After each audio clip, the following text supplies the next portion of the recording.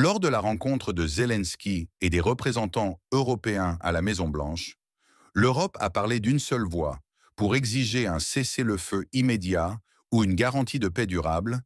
Trump a préféré miser sur un accord final qui mettra un terme à la guerre comme il l'a déjà fait au Congo et au Rwanda, tandis que Poutine exige d'aller à la racine des causes du conflit. Trois visions radicalement différentes. Une question brûlante s'impose. La paix est-elle possible dans ces conditions? Suivez la vidéo jusqu'à la fin. Aimez et partagez et donnez vos avis en commentaire. Merci pour votre précieux soutien. C'est un grand honneur de vous avoir ici. Un lieu particulier. La Maison-Blanche est spéciale. Peu importe d'où l'on vient, elle représente énormément de choses et elle est vraiment magnifique. Merci pour toutes les belles choses qui se sont produites aujourd'hui. Nous avons eu une journée très réussie jusqu'à présent et des discussions importantes alors que nous travaillons à mettre fin aux tueries et à arrêter la guerre en Ukraine. Nous poursuivons tous le même objectif, un objectif très simple.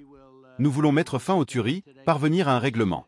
Marc, en tant que chef de l'organisation du traité de l'Atlantique Nord, peut-être pourriez-vous dire quelques mots, s'il vous plaît? Oui, je serai très bref.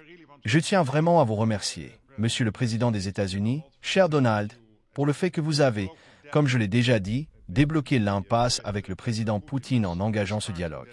Je crois que c'était en février que vous avez eu ce premier appel téléphonique, et depuis, nous en sommes arrivés à la situation actuelle.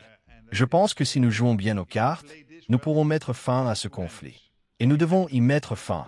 Nous devons arrêter les tueries, arrêter la destruction des infrastructures de l'Ukraine. C'est une guerre terrible. Je suis donc très enthousiaste et faisons en sorte que cette journée marque un tournant, que dès aujourd'hui nous engagions le processus pour y mettre fin le plus rapidement possible. Je veux vraiment vous remercier pour votre leadership, pour ce que vous faites non seulement pour votre pays, mais aussi pour l'ensemble de nos collègues européens. C'est absolument crucial. Le fait que vous ayez déclaré être prêt à participer aux garanties de sécurité est une avancée majeure, un véritable tournant. Et cela change tout. Je vous remercie également pour cela.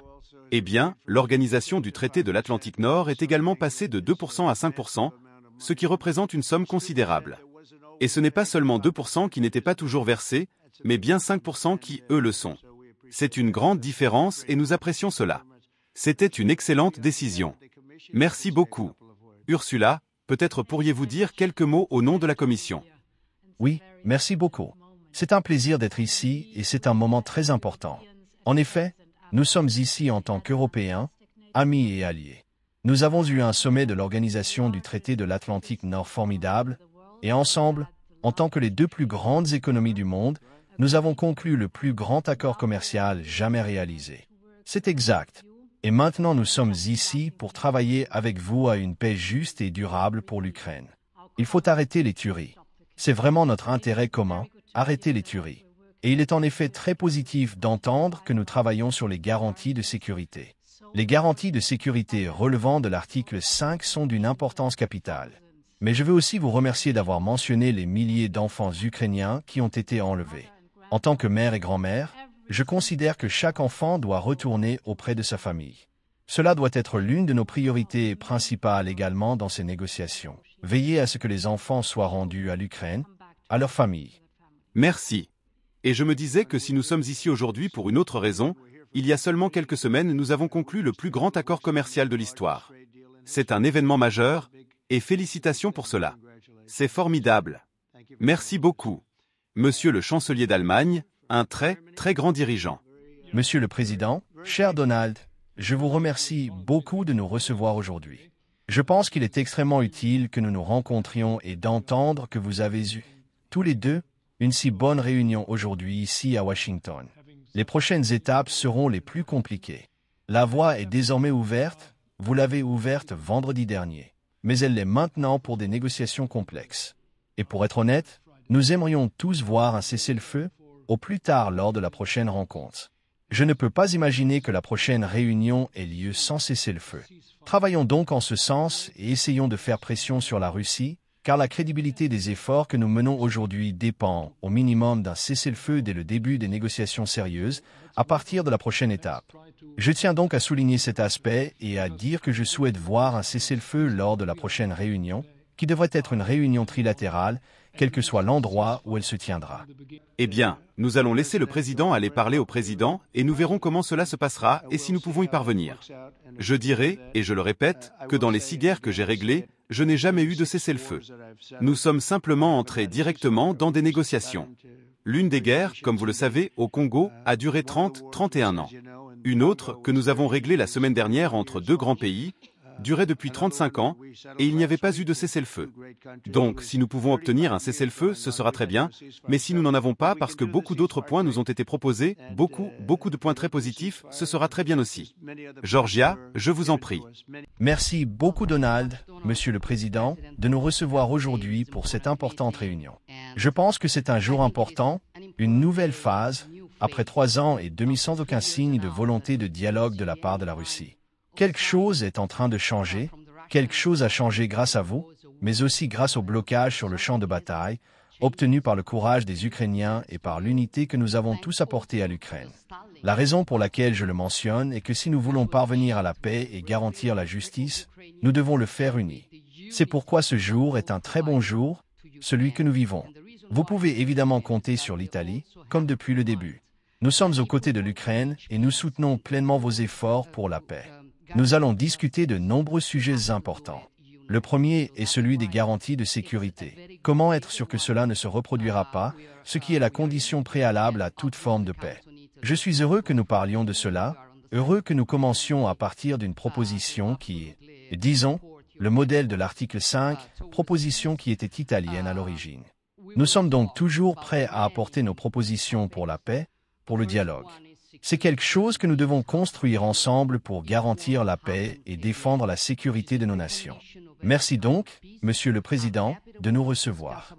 Merci beaucoup, Emmanuel. Merci Monsieur le Président d'avoir organisé cette réunion et pour votre engagement. Tout a déjà été dit, mais je dois simplement rappeler ici que tout le monde autour de cette table est en faveur de la paix. Nous avons travaillé très dur, au cours de ces dernières années, pour parvenir à une paix robuste et durable. C'est pourquoi l'idée d'une rencontre trilatérale est très importante, car c'est la seule façon de régler la situation. D'ailleurs, je pense que dans un second temps, nous aurons probablement besoin d'une réunion quadrilatérale, car lorsque nous parlons de garantie de sécurité, nous parlons de la sécurité de l'ensemble du continent européen. C'est la raison pour laquelle nous sommes tous unis ici, avec l'Ukraine, sur cette question. Pour organiser une telle rencontre trilatérale, votre idée de demander une trêve ou au moins un cessez-le-feu, afin de mettre fin à nos tueries comme nous l'avons évoqué, est une nécessité, et nous soutenons tous cette idée. Pour obtenir une paix durable pour l'Ukraine et pour tout le continent, nous avons besoin de garanties de sécurité. La première, c'est évidemment une armée ukrainienne crédible pour les années et les décennies à venir. La seconde, c'est notre propre engagement, à nous tous. Nous avons travaillé intensément ces derniers mois, au sein de la coalition des volontaires, avec le soutien de l'Organisation du Traité de l'Atlantique Nord, afin de construire les différents piliers de ces garanties de sécurité et nos engagements. Et vous pouvez être sûr que les Européens sont très lucides quant au fait qu'ils ont leur juste part à assumer dans ces garanties de sécurité pour l'Ukraine, mais que leur propre sécurité est également en jeu dans cette situation. Vous pouvez donc compter sur nous pour continuer à agir afin d'apporter cette paix durable, à la fois pour l'Ukraine et pour l'Europe. Alex, j'aimerais que vous disiez quelques mots vous aussi. Vous êtes un jeune homme puissant. Avant de conclure, je veux que vous preniez la parole. Allez-y. Je transmettrai cette notion de jeunesse à mon épouse et j'essaierai de la convaincre. Merci beaucoup, Monsieur le Président. Je pense que ces 2 dernières semaines, nous avons probablement fait plus de progrès vers la fin de cette guerre que durant les 3 ans et demi écoulés. Et le fait que nous soyons assis aujourd'hui autour de cette table est très symbolique, car il s'agit de l'équipe Europe et de l'équipe États-Unis unis pour aider l'Ukraine. Les avancées que nous espérons tirer de cette rencontre concernent avant tout les garanties de sécurité, qui en sont un élément essentiel, et bien sûr la préparation d'un processus avec une rencontre trilatérale avec vous, le président Poutine et le président Zelensky. Certains médias internationaux pourraient se demander pourquoi le président de la Finlande est présent ici. Je pense que la raison est sans doute que nous venons d'un petit pays, mais que nous partageons une longue frontière de plus de 1200 km avec la Russie. Et bien sûr, nous avons notre propre expérience historique avec la Russie, depuis la Seconde Guerre mondiale, la guerre d'hiver et la guerre de continuation. Si je regarde ce qu'il y a de positif dans la situation actuelle, c'est qu'en 1944, nous avons trouvé une solution. Et je suis convaincu qu'en 2025, nous serons capables de trouver une solution pour mettre fin à la guerre d'agression menée par la Russie et parvenir à une paix juste et durable. La situation est très difficile, mais c'est précisément pour cela que nous sommes ici. Merci beaucoup, Alex, très bon travail. Nous allons donc rester en réunion un moment et discuter de certaines questions. Je ne pense pas qu'il y ait de sujets trop complexes. Nous en sommes arrivés à un point où les gens veulent agir. Je le crois vraiment. Je le connais depuis longtemps, j'ai toujours eu une très bonne relation avec lui. Je pense que le président Poutine veut aussi trouver une solution et nous verrons bien. Et dans un délai assez court, une semaine ou deux, nous saurons si nous allons parvenir à régler ce conflit ou si ces horribles combats vont continuer. Nous ferons de notre mieux pour y mettre fin. Et je crois que nous avons deux parties disposées à trouver un accord, et en général, c'est une bonne nouvelle. Deux parties prêtes à conclure un accord, et nous allons avancer ensemble pour voir si cela peut se faire. Il est possible que cela ne réussisse pas, mais il est aussi possible que oui. Et nous allons sauver des milliers et des milliers de vies chaque semaine. C'est donc quelque chose que nous devons vraiment faire, ou au moins tenter de faire de notre mieux. C'est tout ce que l'on peut faire, donner le meilleur de soi-même. Mais je pense que nous pourrions avoir une très bonne issue. Je tiens donc à vous remercier tous.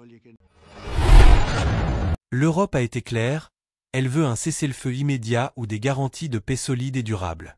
Mais Donald Trump, fidèle à sa méthode, refuse de s'arrêter à une simple trêve et parle d'un accord global qui mettra fin définitivement à la guerre, comme il l'a fait dans d'autres conflits interminables. Vladimir Poutine, quant à lui, insiste sur un point que l'Occident évite souvent: la nécessité de traiter les causes profondes du conflit. La question est donc de savoir quelle approche peut réellement mettre un terme à cette guerre. Un cessez-le-feu temporaire suffit-il pour ramener la paix ou risque-t-il de n'être qu'une pause avant une nouvelle escalade? L'accord global envisagé par Trump est-il réaliste et accepté par toutes les parties? Et surtout, la résolution des causes profondes exigées par Poutine ne constitue-t-elle pas la véritable clé d'une paix durable? Ces divergences de vision ne posent-elles pas le risque de voir la négociation s'enliser une nouvelle fois? Donnez votre avis en commentaire car votre point de vue compte dans ce débat. Merci d'avoir suivi la vidéo jusqu'à la fin et n'oubliez pas d'aimer, de partager et de commenter. Merci et à très bientôt.